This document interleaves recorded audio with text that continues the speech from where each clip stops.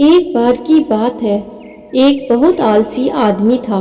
शारीरिक रूप से स्वस्थ होने के बाद भी वो भिखारी की जिंदगी गुजारता था। खाने पीने के लिए हमेशा दूसरों पर निर्भर रहता था। एक दिन जब वह खाने के लिए कुछ खोज रहा था, तो उसने फल लगे पेड़ों को देखा। चारों ओर देखने के बाद कि कहीं कोई देख तो नहीं रहा, वो उस बगीचे के अंदर चला गया और देखा कि कोई भी उन पेड़ों की रखवाली नहीं कर रहा है। तो उसने जल्दी से कुछ फल चुराने का फैसला किया। लेकिन जैसे ही उसने पेड़ पर चढ़ना शुरू किया, किसान ने उसे देख लिया और उसे पकड़ने के लिए दौड़कर आने लगा।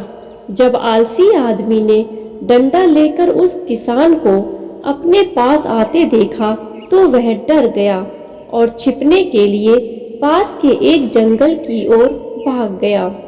जंगल में जैसे ही वो थोड़ा सा आगे बढ़ा, उसने एक लोमड़ी को देखा जिसके केवल 2 पैर थे और वो रेंग रही थी। आलसी आदमी ने सोचा, ऐसी हालत में यह लोमड़ी कैसे जिंदा रह सकती है? लोमड़ी भाग नहीं सकती है, वह कैसे खुद के लिए खाना ढूंढने या अन्य जानवरों से अपनी रक्षा कर सकती है और कैसे जीवित रह सकती है? तभी अचानक उसने देखा कि एक शेर अपने मुंह में एक मांस का टुकड़ा लिए लोमड़ी की ओर आ रहा है।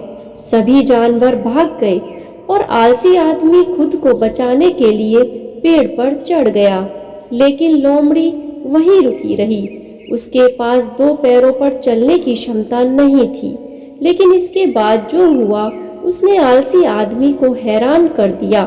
शेर लोमड़ी के पास आया और मांस का वो टुकड़ा उसने वहां छोड़ा जो उसके मुंह में लोमड़ी के लिए था। यह देखकर आलसी आदमी खुश हो गया।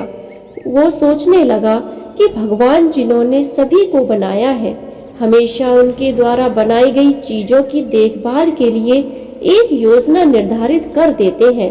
वो सोचने लगा कि भगवान ने उसके लिए भी कुछ योजना बनाई होगी। जंगल से बाहर निकलकर वो एक जगह बैठ गया और इंतजार करने लगा कि उसे कोई खाना खिलाने आएगा।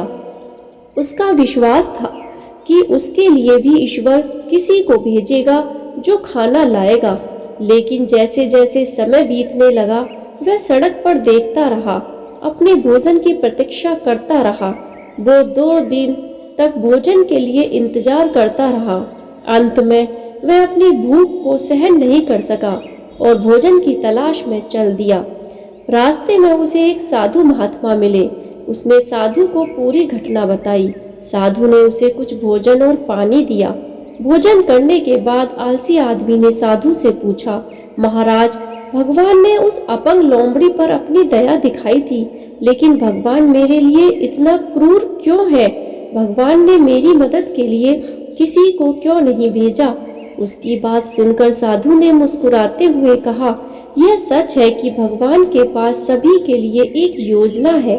आप स्पष्ट रूप से सब कुछ भगवान की योजना का एक हिस्सा है, लेकिन बेटा, तुमने उनकी बात को गलत तरीके से लिया।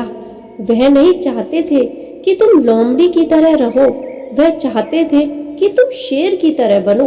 अक्सर हम ईश्वर के संकेतों को गलत समझते हैं। ईश्वर ने सभी को अपना जीवन निर्वाह करने की ताकत और क्षमता दी है। हमेशा चीजों को सकारात्मक तरीके से देखना सीखो और खुद को हमेशा मजबूत स्थिति में देखो, जिससे हम जरूरतमंद लोगों की मदद कर सके।